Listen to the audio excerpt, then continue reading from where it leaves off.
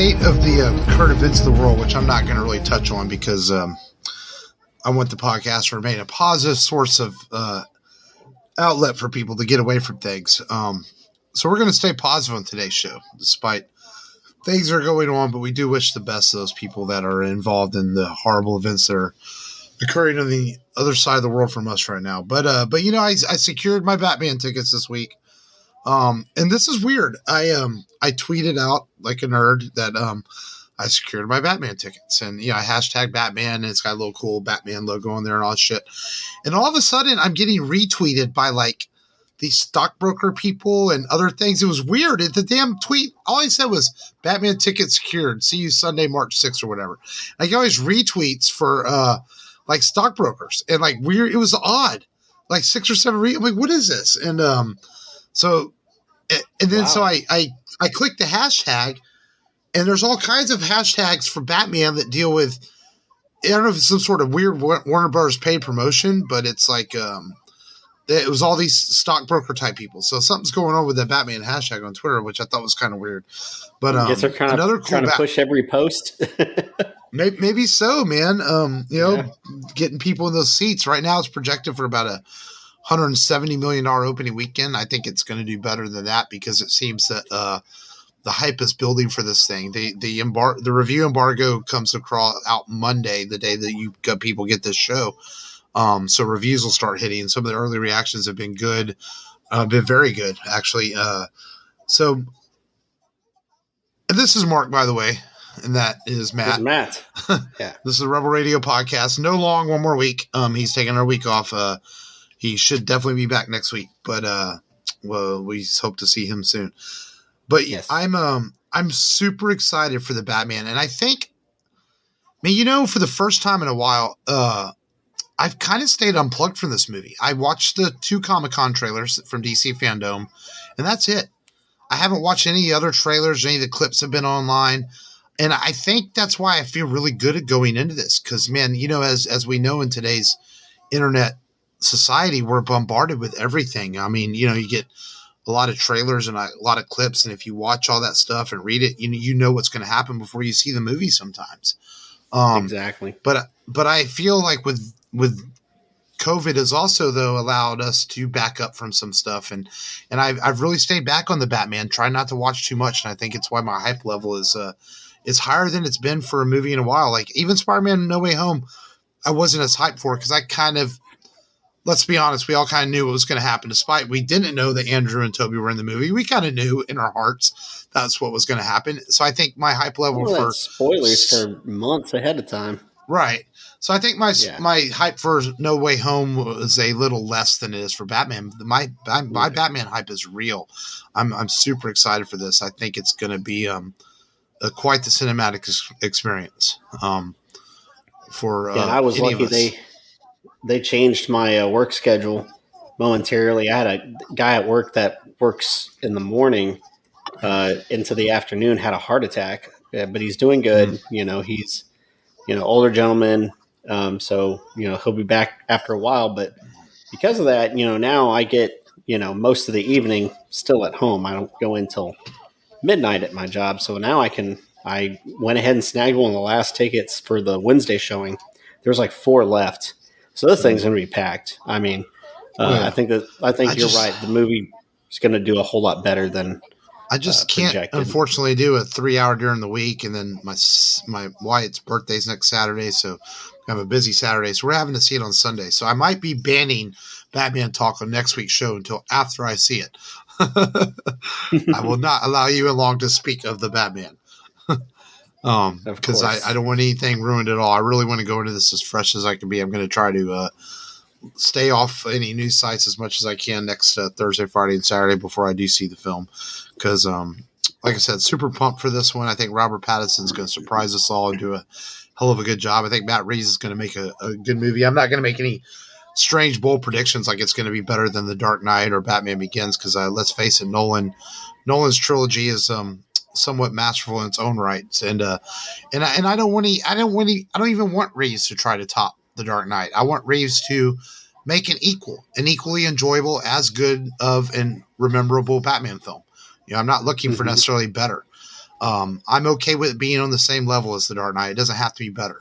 I just want it to be a great film, and I think Matt Reeves is gonna do that. And the first big film of 2022, that's for sure, and super excited. Oh, for sure. And I just excited for. I just want movies to get back in that cycle, so we have these things to look forward to every few weeks instead of every few months. And hopefully this is the year that does that. Sonic comes out in April, and then Top Gun and Jurassic World and Doctor Strange and Thor. So there's some stuff coming out, and hopefully can get movies rolling back around. Rumor is that thinking about Thor. Rumor is that trailer is going to be coming any day now, possibly. So wow. Because people think that Disney, even though Warner Brothers is putting out Batman, Disney could, they can buy time for trailers in front of other films. So a lot of people were wondering if we're going to get the Thor trailer to be out in theaters in front of Batman this weekend or next weekend. So we'll see if that comes true. Yeah, we'll have to keep an eye out. But out in the theaters. Yeah, but definitely, man, I can't wait for my viewing on March the 6th to see the Batman. I'm super excited. Because man, it's been I told someone, it's been 10 years since we had a Batman film, and they said, well, we had Batman vs Superman. I said, yeah, but that wasn't a Batman film. It's literally been 10 years since we had a solo Batman film on the big screen. I mean, where it's just Batman. So that's why it's exciting. Yeah, and it wasn't shared, Right. But yeah, I've kind of gone in and tried to have no expectations. I haven't even, given it a thought whether I expect it to be better than any of Nolan's films or anything. I just want to see, what it is. And, just kind of not hype myself too much about it, go in with normal expectations and, hope that I'll be blown away. Nope. Yeah, hopefully so. All right, well, let's get into the show officially then.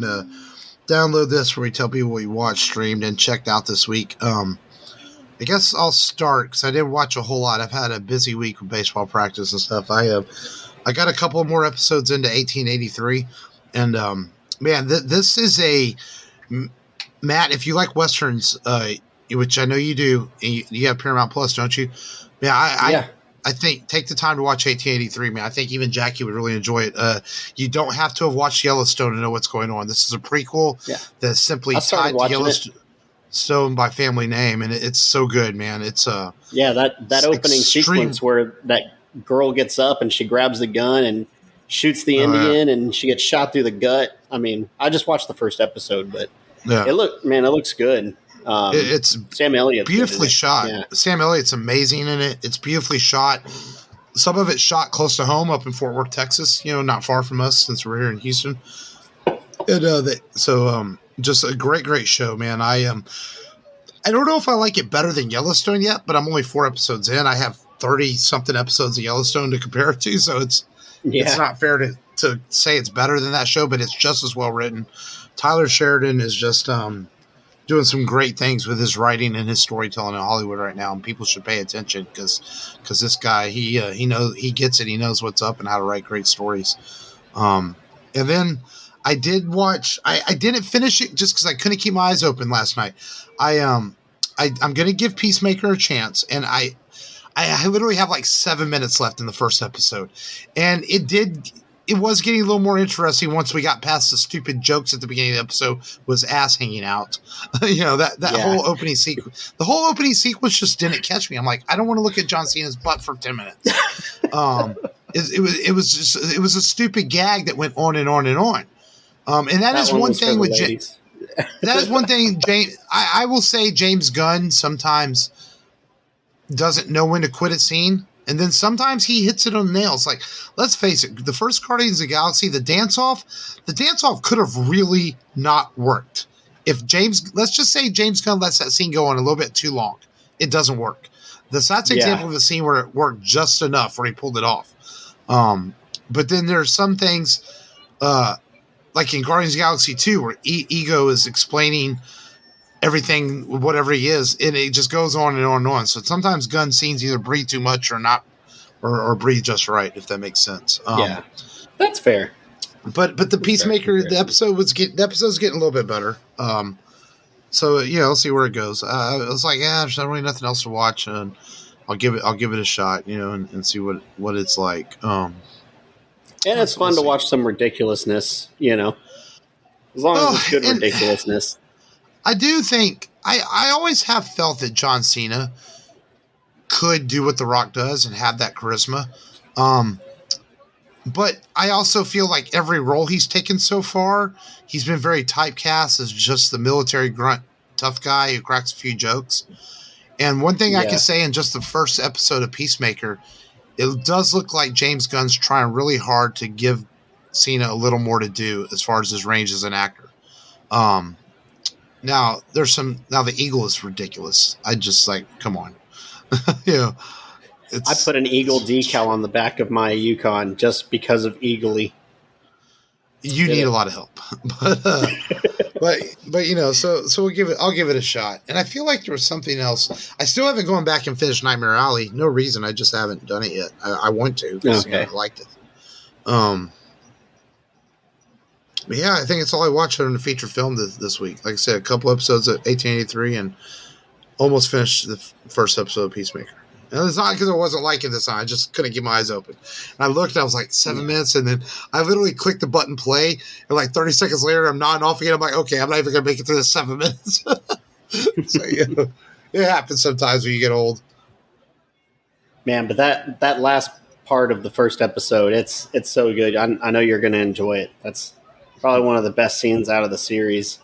But yeah, I did watch the first episode of 1883. I need to go back and watch the second one because I got distracted and I had to go corral the kids, and I walked away and I missed some stuff, and then I didn't know what was going on. I felt like I missed something important. So I was like, I'm going to have to go back and watch the second episode. Well, one thing that 1883 does is it throws a lot of characters.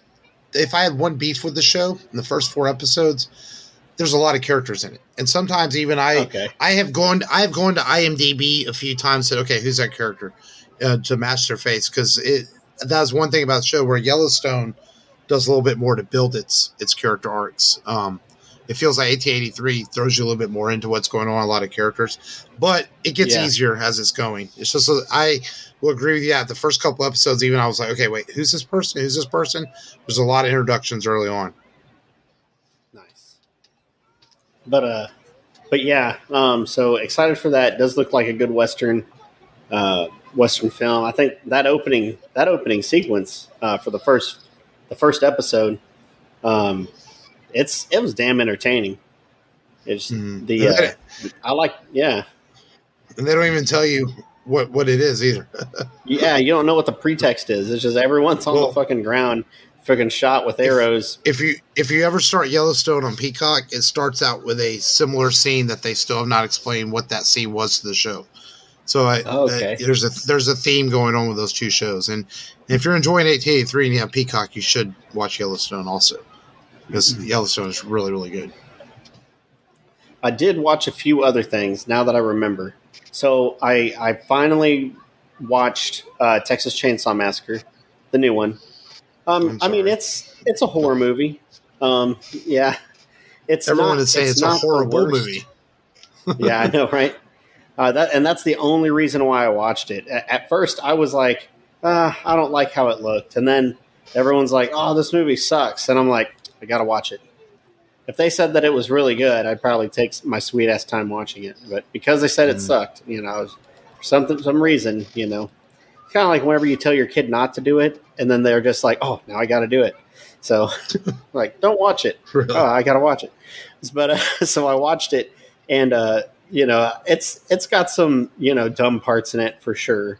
I mean, you got a part where Leatherface hops on the bus full of kids, teenagers, I guess young adults, and they're like, "You better not try anything. We're going to get you canceled." And they pull out their phones and start recording him, and he just starts hacking everybody. And I thought it was kind of funny, even though it's horrible and it's just stupid. But sometimes ridiculousness in a horror movie is just entertainment. It's got, I would say its entertainment value is a solid B. But as far as like, the way they thought of the writing and the way they tried to take, a legacy character and, her arc, it's not that great. It's probably like a C- if I'm, maybe a D+. But you're not going to see a great storyline. You want to see Leatherface cut up some people, and that's what you get. You get some brutal death scenes. It's got that. It's the number 3 movie on Netflix right now. So I don't mean shit. It's not competing against, hey, sometimes you're the tallest midget, Well, I mean, this movie, I mean, did anyone expect it to be good? It kind of came out of nowhere. I remember reading just a few months ago, I was like, oh, Netflix making a Chainsaw movie? Since when did this happen? Then all of a sudden it comes out, so it's like, it seemed like it was made kind of fast. It's not as ridiculous as Texas Chainsaw Massacre 2, which I had a buddy of mine. What made me finally watch it, I felt like it was the right time. He went to Bastrop, Texas, and he went to the original gas station from the first Texas Chainsaw Massacre movie. You can buy barbecue there. You can buy food. They have good food. And it's the one where they're serving the human meat, of course, in the movie. But it's not like that over there. But you definitely get that sense, like, is this mystery meat? But so he went there. He bought me a Dennis Hopper shirt. Dennis Hopper, Lieutenant, Lefty Earnwright. He got all the chainsaws on him. He's going to go do a chainsaw duel with Leatherface in the second. No, one. I don't know because I never watched that shit. Oh my god, it's fucking ridiculous. They're giving like each other high fives, and it's like Bill and Ted meets Leatherface. Meets Texas Chainsaw Massacre. It's ridiculous. So this movie, I feel like it's okay, but it's not as good as the first one. It's not as good as the remake with Jessica Biel and her short shorts and cool cowboy hat. So it's probably the 3rd best film in the franchise if I'm going to have to grade it. I think it's more watchable. I don't know. What was her last movie? Like Minority Report? No, no. She just kind of disappeared. Chuck and Larry? Yeah, I know. But yeah, maybe she's, just enjoying the married life. But yeah, watch it if that's your thing, if horror's your thing and you're curious. It's definitely, one of the more entertaining things that's around right now. Given just what limited is out there, But other than that, She hasn't done a movie since 2017, but she's done some TV work. Oh, okay. It still sucks that she wouldn't name her son Batmo, because then he'd be Batmobile. Anyway. The wife wanted to watch Now and Then, which that's that movie with Rosie O'Donnell and Demi Moore and okay, we don't even need to talk about them. No. Christina Ricci. It's got Christina Ricci. Nobody cares. No. And then I did watch some Pumping Iron. Where Arnold's like, he's like, you get the pump. It feels like you're coming. Yes, so I'm coming at home. I'm coming at the gym. Does he really say that in the movie? Yes, he does. While he's smoking weed. That's awesome. Yes. I almost thought about trying to convince you to do that movie for the show, but it's a documentary. It's not really a movie, though. Yeah. Yeah. And I was like, man, there's only like bits and pieces. You'd have to like just watch the parts with Arnold. Have you ever seen it? I've seen parts of it. Yeah. Not the whole thing, but parts of it. Let's get today's featured film, which is not an Arnold Schwarzenegger film. That's next week. A little foreshadowing there. That's next week. But a Bruce Lee film from 1972-ish, I think, which was released in America under the name The Chinese Connection, because they were trying to cash in on the popularity of The French Connection by Gene Hackman. But the official title of this movie is Fist of Fury. And when Bruce Lee's films started getting re-released on DVD in the 2000s, they did retitle this film The Fist of Fury. And the big boss was called Fist of Fury, and he got his name changed back to the Big Boss when they started re-releasing Bruce's films in the 2000s on DVD and stuff. So it has been corrected since. I'm going to try to summarize this movie. Essentially, first off, well, I'll get into that in a minute. These movies were asked for by a little background on some kung fu films. Hollywood was aware that Bruce Lee had the potential to be a star. So they worked with Japanese filmmakers and to have these movies made. They had some Hollywood backing behind them, so that's how they got some money, because some of these films were quite expensive. Now, this movie was only a $100,000 film. This film was a little bit cheaper. It essentially had 2 sets to 2 schools and some location shooting to shoot this whole film.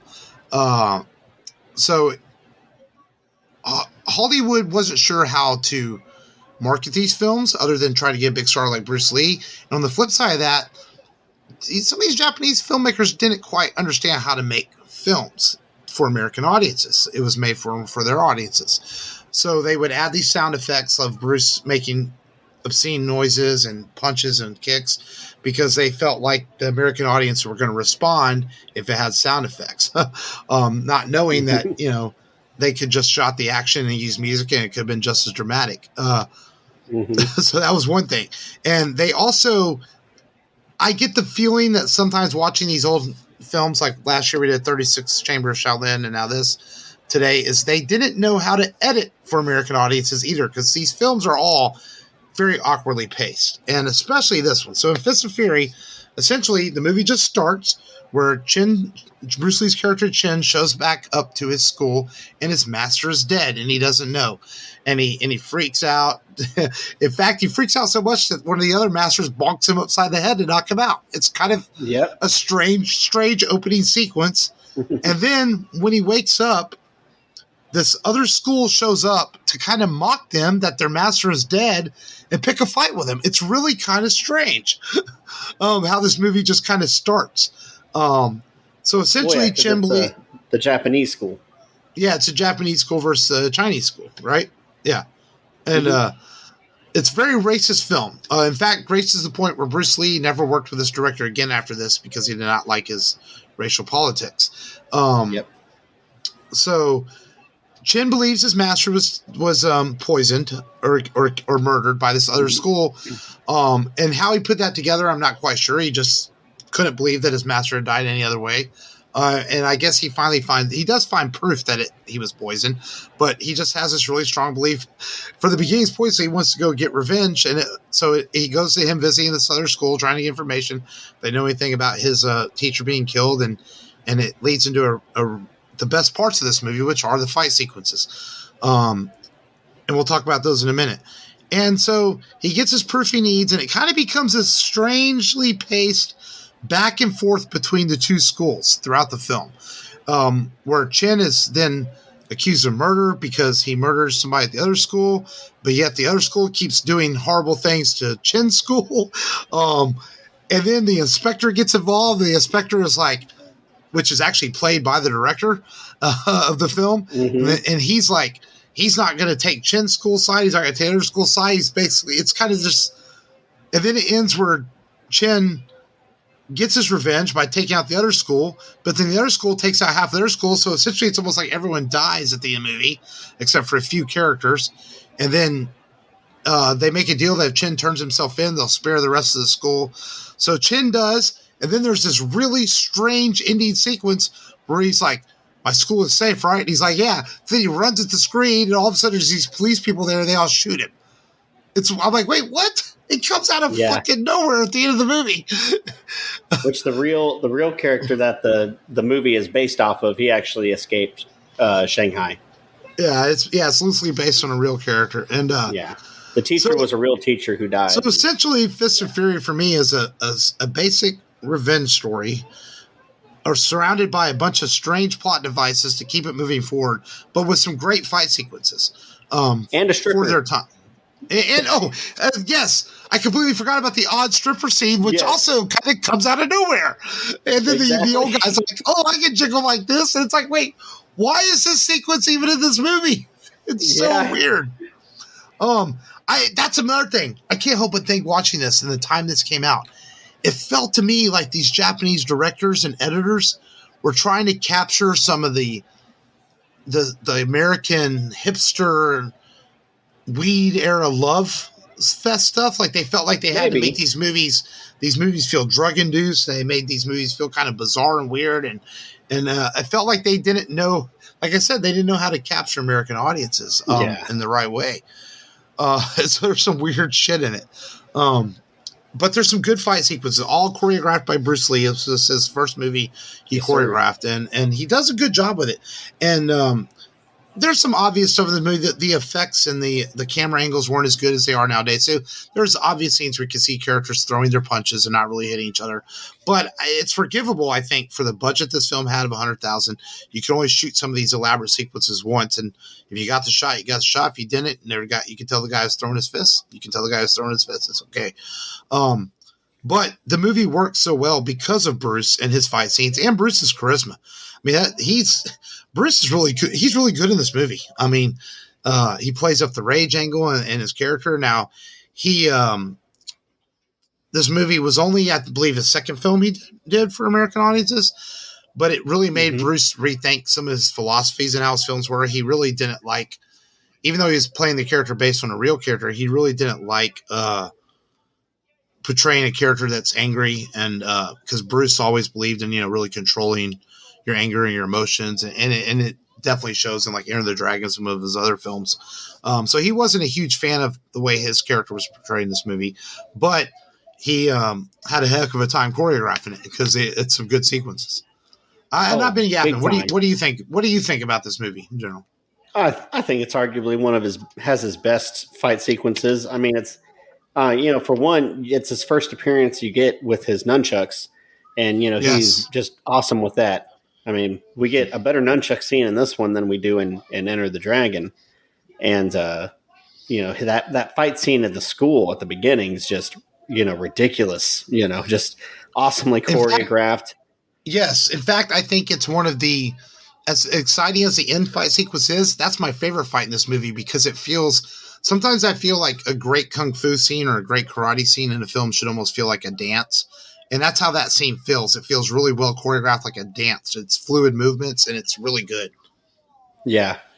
No, and then just, the revenge stuff. It is weird that he shows up there. I did see in one synopsis, it says he actually came back home to marry his fiancée. I saw that too. But I didn't pick that up under just watching it regularly, so if I wouldn't have, read that, then I wouldn't have known, because they don't really make it known. They almost make it seem like, they just kind of fall in love, halfway through the film.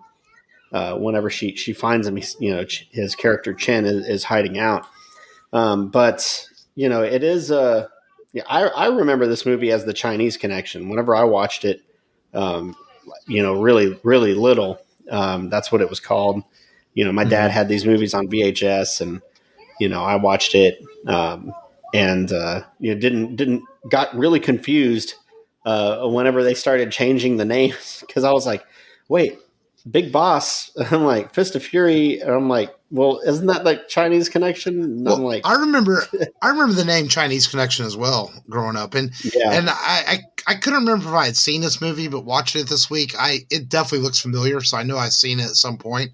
But I remember it being the Chinese Connection as well. I knew for sure whenever he tried to go walk in the park, and it said dogs and Chinese not allowed.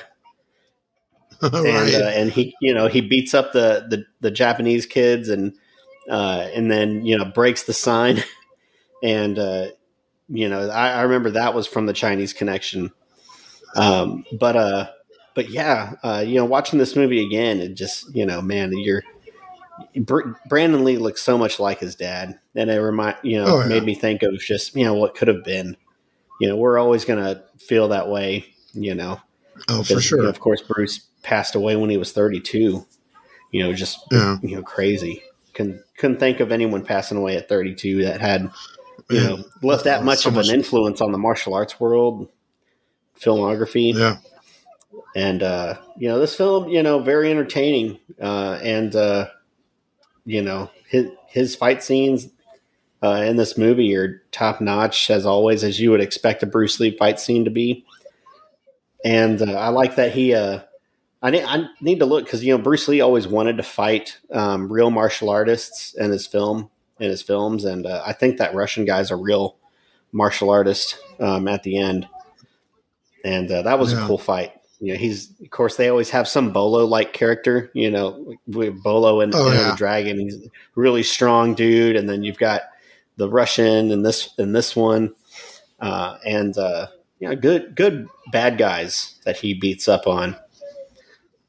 This film's very entertaining. It's like you said, it's a solid revenge film. And it's crazy the racial tensions that they bring up in this film between the Japanese and the Chinese. It's and then the way it ends, it's kind of weird. But hey, you don't watch a Bruce Lee scene because of the plot. You watch because you want to see Bruce Lee kick some ass. Apparently, Bruce Lee requested his character be killed at the end of this movie, and that's why the bizarre ending sequence, it just sort of comes out of nowhere. He pulled a Charlton Heston. Yeah. Okay, I'll do Planet of the Apes too, but I want to die. But no, you're right. You watch these old Bruce Lee films and you think about what could have been as far as his legacy. But what a remarkable legacy he did leave in just such a short time. Like you said, his effect on the martial arts world, and the effect on martial arts cinema and films making to America. I mean, without Bruce Lee making a lot of these movies and crossing over to America, we may not have action films from the likes of Sui Hark or John Woo, and those guys may have never been able to get their films to wider audiences. And Bruce certainly opened that up to the world. Yeah, absolutely. And his son would have been a huge star too. I mean, there's still a couple of films of Brandon's I'd like to cut. I'd love to do Rapid Fire or Showdown Little Tokyo on the show one day.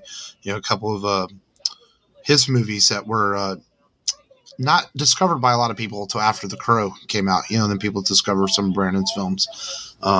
Just two remarkable people that the world lost way too soon. And Bruce, man, God, you just, like you said, you watch this, you see his charisma on screen, and Enter the Dragon was his first really huge Hollywood. He made what did Bruce make? 9 or 10 films, and Enter the Dragon was for his first big foray into Hollywood cinema. It was going to be the one that really crossed him over, and of course we know he died tragically on the shortly after the release of Enter the Dragon. When it came out, because it wasn't on the 7 Enter the Dragon, right? It was the next movie he was going to make after, I think. Yeah, it was officially listed as a brain amoeba. Yeah. But it wasn't on the 7 Enter the Dragon. It was his next movie he was going to make, correct? Yeah, and his next movie. Enter the Dragon was simply his last film that was released, yeah. And but Fist of Fury, I think, is a good, fun, solid film. Great fight sequences. I don't know, man. I don't know if it's better than. I think overall the amount of fight sequences are better than some of the best, better than Enter the Dragons, maybe. But that ending fight of Enter the Dragons is pretty damn good too, though. Yeah. But you know what you get with a Bruce Lee film. Yeah, you're not going to watch any Bruce Lee film and not get good fights. I remember absolutely. the Big Boss has some great fights too in it, which is one of the other films of his I'm most familiar with. I like it because it goes through all of his movies. Game of Death. I can't remember. You had Wilt Chamberlain in it. That's the one with Wilt Chamberlain. I've probably seen it. I just don't recall like the story or anything like that. Okay. And then, and then everybody talks about the movie where Chuck Norris is in it, which is weird because neither one of them are actually Way of the Dragon in the movie. It was all pre-used footage put together into a movie, which is kind of strange. And then, it's funny. We were talking about what we almost, this little insight to the show here with this episode was almost dragging the Bruce Lee story, the biopic with, I can't think of the actor's name, playing Bruce Lee from the early 90s. And we said, well, let's actually do a Bruce Lee film. But that's a good biopic. It tells Bruce's story pretty well. And I know the family approved of that. Jason Scott Lee played Bruce Lee, right? Yeah. In that film. And people, I know Bruce's family approved of that film. That's a pretty good biopic if you're ever interested in seeing the story of Bruce Lee. So I know there's been some recent documentaries on Netflix and stuff about Bruce Lee, and I've read some stuff where the family wasn't always happy with some of those, but they did approve the Dragon Bruce Lee story movie. So, some Bruce Lee things to check out. But if I was to rate Fist of Fury, though, I'd give it. I think it's a pretty solid B. Yeah. I think the fight sequences are A's for sure. I think the awkward plot scenes. Yeah, the awkward plot devices and pacing of the film is what holds this movie back from being a little bit of a higher ranking. But it's still a good Bruce Lee film, still a fun watch. You can watch it on Amazon Prime, but check it out if you haven't. Fist of Fury from Bruce Lee. And Matt, did you come up with the things I texted you about? Yes, I did. Okay, cool. Well, let me hold up, slow down. Yeah. Since there's no long today, we still cannot bring you another competition, a Duel of the Nerds, since it takes 3 people to play that show. So we hope to bring back our new segment next week, which is still a new segment because we've only done it 3 times. So that'll be next week. But instead, though, we're going to look at some Bruce Lee trivia and talk a little more Bruce Lee before we do the news today. So, of course, we talked about Bruce Lee and tragically passing away. He was 32 when he passed away. He was also considered, and this is no surprise, the greatest martial artist of the 20th century, according to IMDb. No way. And it's like, yeah, I know, right? No way. I mean, dude, no way. That's like these people. That's like these people that still want to question that Michael Jordan's not the greatest basketball player of all time. It's like, come on, Come on, dude. Yeah. You know it. You know it is. And then what people may not know is that he was an accomplished dancer and a Hong Kong cha-cha-cha champion. In fact, whenever he was coming to America and only had $100, he taught passengers in first class how to cha-cha for money. I did not know that. I did know that he was an accomplished dancer. I was aware of that, but I did not know he was a cha-cha champion. Yep. And I know some people don't like how he's depicted in man, what was that? The Hollywood, the last movie that Tarantino did, Once Upon a Time in Hollywood. Yeah. But what's accurate about that is he would constantly challenge extras on the set that he was severely competitive. Yes. Oh yeah. He'd be like, all right, let's fight right now. Let's go. That was him. He would absolutely do that all the time. And Quentin knew that. Quentin read that about him. He knew that. Let me tell you something about reason I never bothered me, the Bruce Lee scene, is because one thing you know about Quentin Tarantino, Quentin's not going to put something in one of his movies unless he's researched it. That's very much Quentin Tarantino. He is going to know what he's doing before he puts in his movies. So in Quentin, you can trust him. Yeah. He may have interviewed some of those extras. Yes, exactly. Quentin Tarantino is one of those guys. If he put in his movie, it's going to be pretty accurate because he's that type of a director. Bruce Lee, obviously, you're going to pay for martial arts lessons. His instruction, if you wanted instruction from him, it was $275 an hour. That's how much he would charge. So a lot of money in the 60s and 70s. Oh yeah, I mean, can you believe what that is today? I mean, like $1,000 an hour or something almost? Oh, he's easily, yeah. And some, he did learn from the great IP Man. But what some people don't know is that he got instruction under established martial artists Joe Louis and, of course, Chuck Norris. Chuck Norris talked about it all the time. Bruce would kick low a lot because in his style of martial arts and kung fu, you kicked low, and they didn't really see kicking above the waist as something you would normally do. And Bruce and Chuck taught him how to kick high, and he said it wasn't long before Bruce could kick as high as anybody, kick anybody in the head, which we see tons of times in this movie and any other movie you watch. He also spoke 3 languages: English, Cantonese, I have 4 languages. Sorry, Japanese and Mandarin. So yeah, he was very smart, very intelligent. As we see in the opening scene of Enter the Dragon, you see a little bit of his philosophy. His style is to have no style, to have no technique, to just feel. Whenever he's telling that student, don't think, feel. Just react. I remember reading somewhere too that you'll lose sight of it. He learned English at a pretty early age too. From what I read somewhere, like he was an early teenager. Yeah. He only received $30,000 for his first 2 featured films.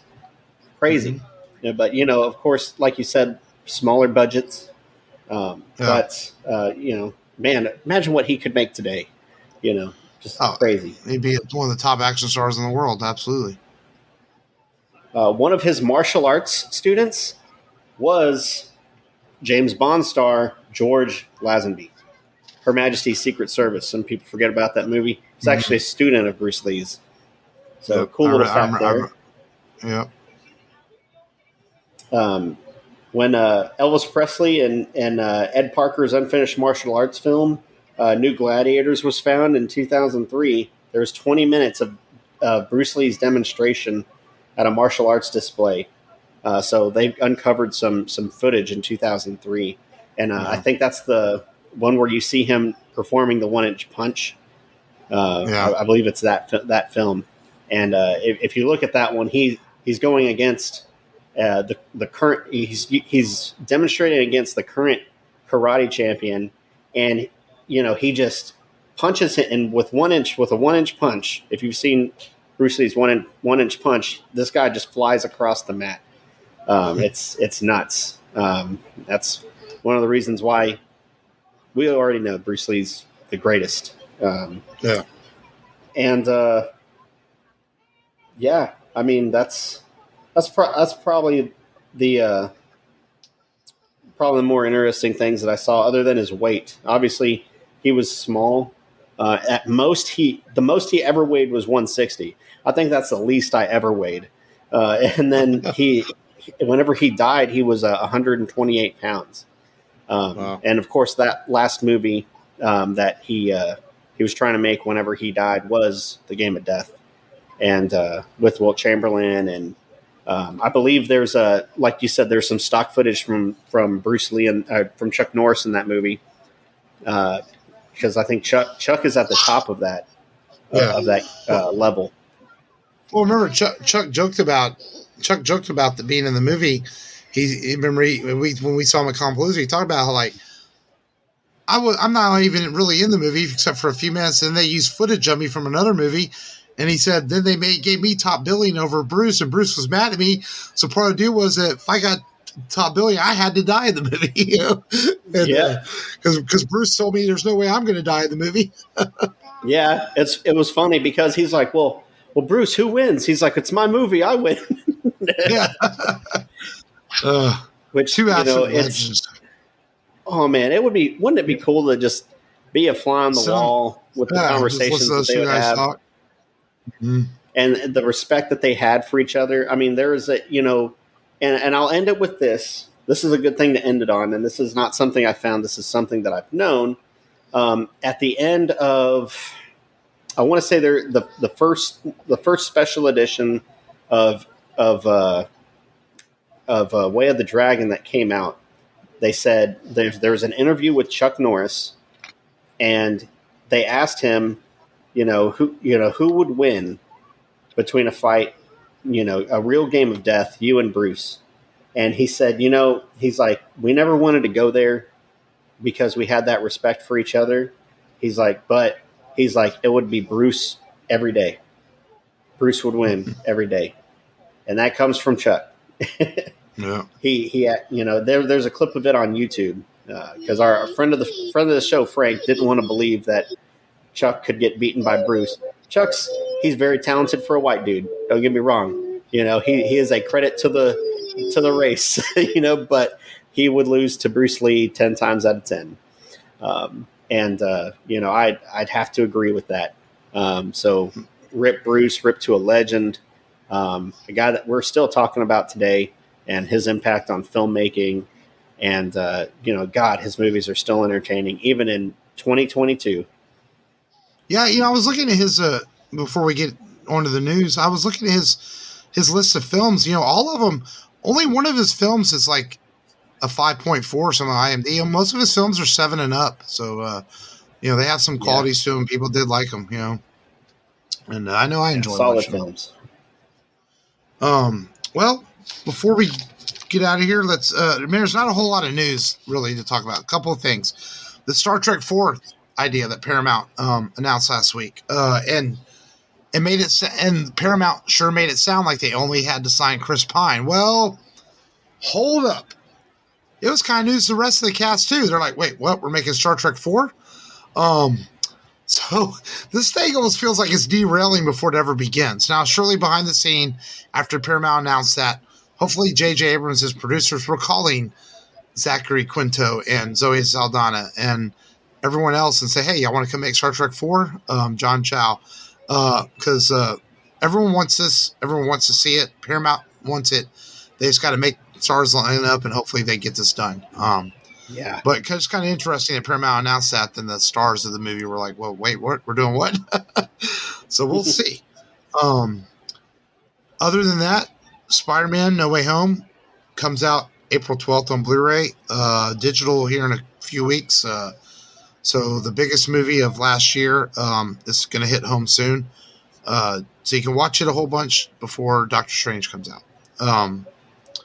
And that really was all the news.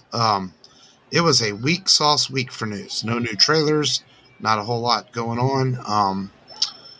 The only other little tidbit I saw was that the Babylon 5 reboot at the CW is still in development because J. Michael Straczynski gave an update saying that people thought it was coming this year, and he was like, no, it was never coming this year. It was always planned for 2023.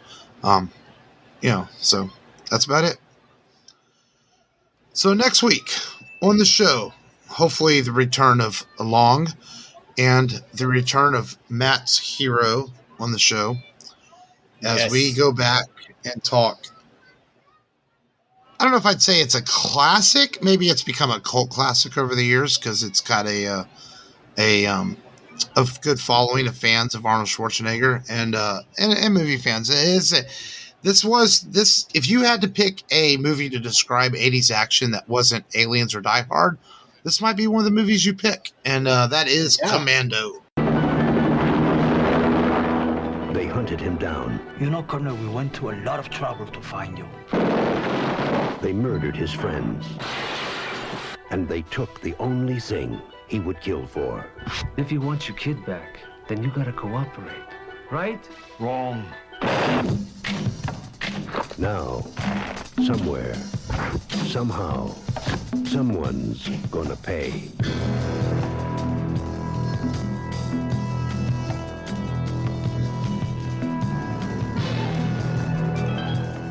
Do you think that he is going to give us any problems? You'll do exactly as he's told. Hasta luego, fellas. You're a funny guy, Sully. That's why I'm going to kill you last. Are you going to tell me what's going on or what? No. Don't disturb my friend. He's dead tired. What are you doing? Helping you get her back.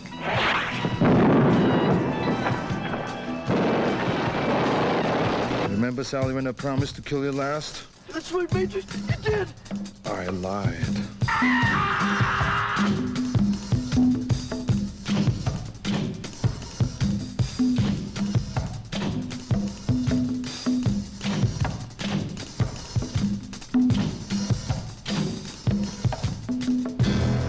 If it's a mission no man can survive, he's the man for the job. Arnold Schwarzenegger, Commando. Let's party.